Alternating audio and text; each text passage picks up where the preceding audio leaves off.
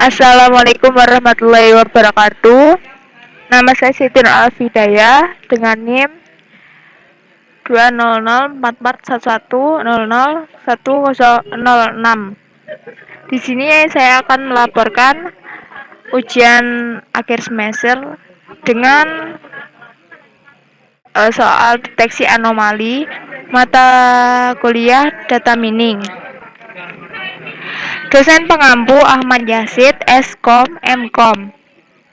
Program Studi Sistem Informasi Fakultas Teknik Universitas Trunojoyo Madura. Yang pertama yaitu landasan teori. Data mining mulai dikenal sejak tahun 1990.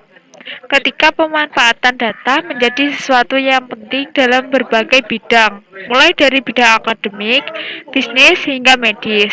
Data mining bisa diterapkan pada berbagai bidang yang mempunyai sejumlah data.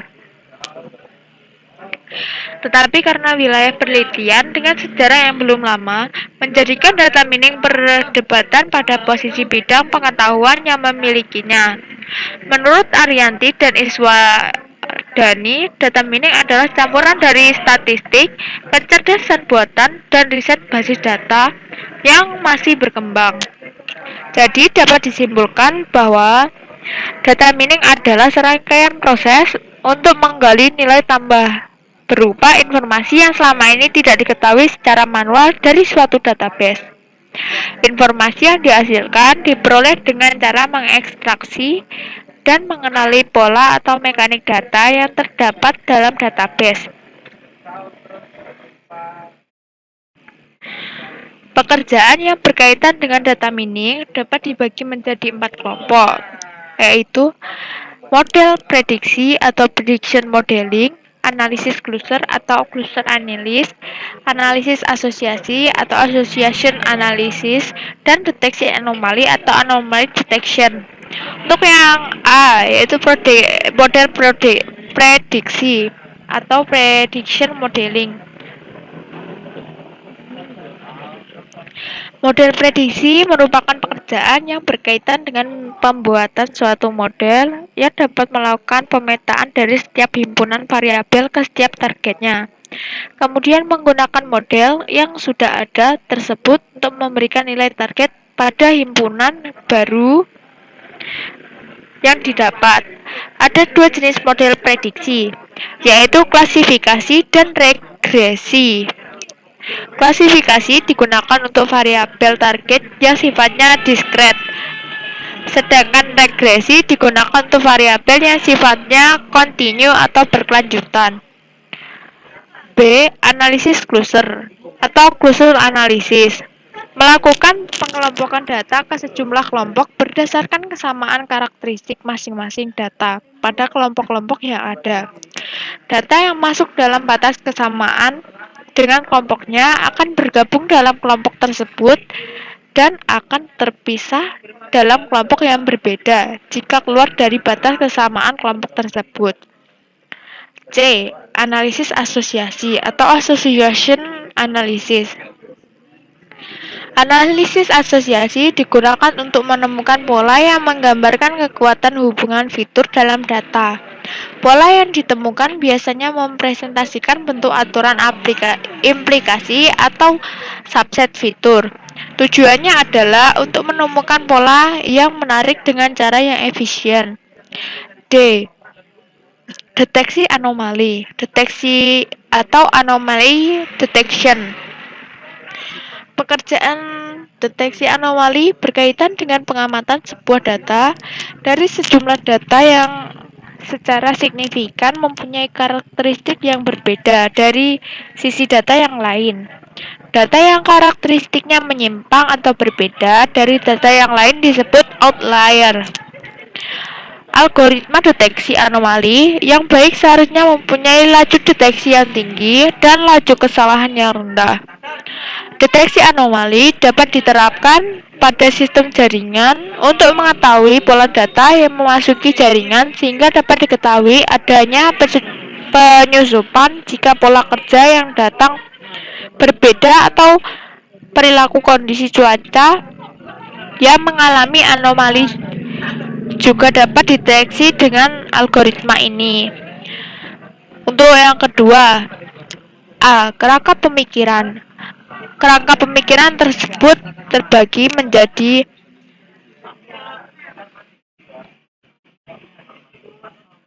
6. Yang pertama yaitu masalah. Seberapa besar tingkat akurasi prediksi kelulusan mahasiswa. Selanjutnya metode. Metode fusi dan Kinnear Snakeboard. Pengembangan. Pengembangan di sini adalah repeat miner. Selanjutnya adalah penerapan. Penerapan di sini berisikan data mahasiswa yang lulus tepat waktu dan tidak tepat waktu. Selanjutnya yaitu pengukuran. Pengukuran berisikan tentang confusion metric. Hasil di sini berisikan tingkat akurasi dari metode fusi dan indikasi data mining Kinnear Snakeboard. B. Tahap penelitian. Tahap penelitian ini terbagi menjadi 5. Yang pertama, pengumpulan data, pengolahan awal data, metode yang diusulkan, eksperimen dan pengujian metode. Yang terakhir adalah evaluasi dan validasi hasil. C. Metode penelitian. Metode penelitian yang digunakan adalah metode penelitian tindakan action research. Menurut Bakri, metode ini menggunakan metode kelas model Kurt-Lewin yang mengembangkan penelitian tindakan atas dasar konsep pokok bahwa penelitian tindakan terdiri dari 4 komponen yang juga menunjukkan langkah, yaitu A. Perencanaan atau planning, B. Tindakan atau acting, C. Pengamatan atau observing, D. Refleksi atau refreshing. Pada gambar di bawah ini terdapat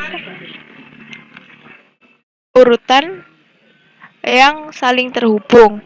Yang pertama yaitu planning, kemudian acting, observing, reflecting, dan dia saling terhubung. Yang ketiga yaitu hasil dan pembahasan. Tahap penjelasan hasil penelitian ini dilakukan setelah praproses data telah selesai dirubah. Kemudian dari data yang telah diubah ke dalam bentuk fusi, dilakukan proses pengelompokan terhadap atribut indeks prestasi semester 1, 2, 3, 4, dan asal SMA. Pengelompokan ini dimaksudkan agar dapat mengurangi kesalahan-kesalahan yang timbul pada saat mengoperasikan sistem. Sistem yang dibuat ini digunakan dapat lebih baik karena belum adanya aplikasi prediksi tentang tingkat kelulusan mahasiswa. Berikut adalah gambar dari local repository fusi dengan metode KNN. Di sini adalah menginputkan data atau import data. Selanjutnya yaitu import configuration pada wizard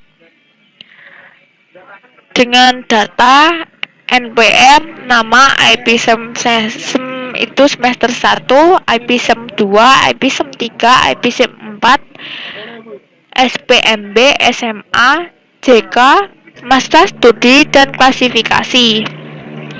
Selanjutnya yaitu data import wizard.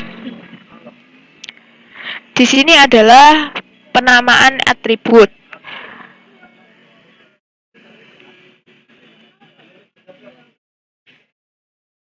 Dengan npm, nama, IP sem 1, IP sem 2, IP sem 3, IP sem 4, SPMB, SMA, JK, masa studi, dan klasifikasi.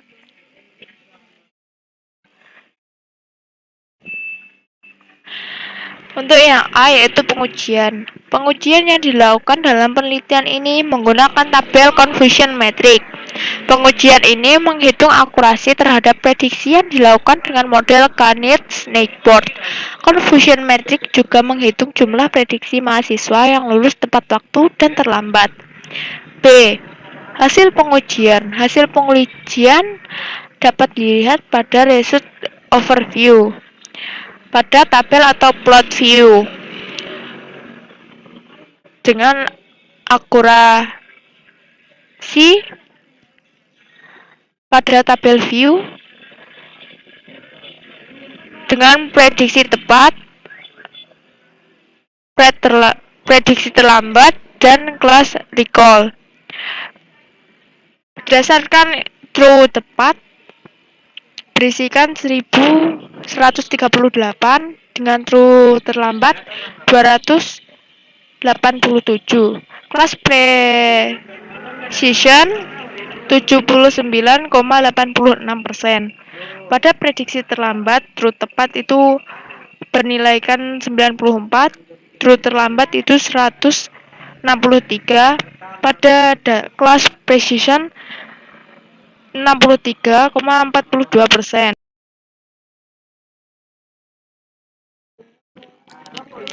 Pada kelas recall di tabel true tepat sebesar 92,37% dan true terlambat 36,22%. Selanjutnya C. Perhitungan akurasi. Setelah melakukan pengolahan data awal, data menjadi 1.682 mahasiswa dengan jumlah kasus yang tepat waktu berjumlah 1.138 dan kasus yang terlambat berjumlah 163. Dengan rumus ACC sama dengan TP plus TN dibagi TP plus TN plus FP plus FN dikali 100%. ACC sama dengan 1138 ditambah 163 dibagi 1682 dikali 100%. Hasilnya adalah 79%. D. Rank masa studi. Dalam menentukan prediksi kelulusan mahasiswa, masa studi berfungsi untuk mengetahui apakah mahasiswa yang akan diprediksi akan lulus tepat waktu atau akan terlambat sesuai dengan masa studi. Klasifikasi ini diambil dari data penelitian mahasiswa di salah satu universitas bertempat di Bandar Lampung angkatan 2008 sampai 2003. Berikut adalah range masa studi beserta klasifikasinya. Masa studi 3 tahun sampai 4 tahun 6 bulan. Klasifikasi lulus akan tepat waktu.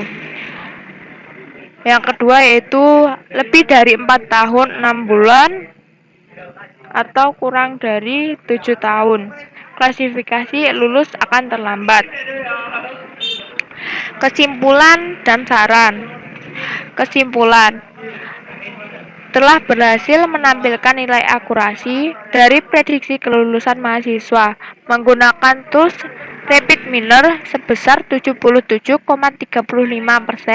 dengan true positif berjumlah 1138 data dan true negatif berjumlah 163 data dan kelas precision untuk prediksi tepat waktu sebesar 79,68% dan kelas precision untuk prediksi terlambat sebesar 63,42%.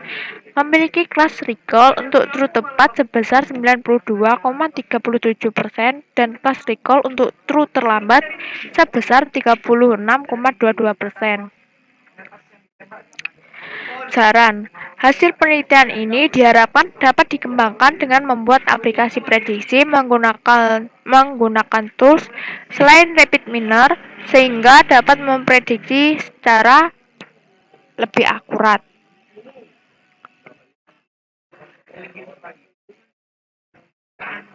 Untuk selanjutnya adalah referensi. Referensi ini saya ambil dari jurnal yang saya cari dari Scholar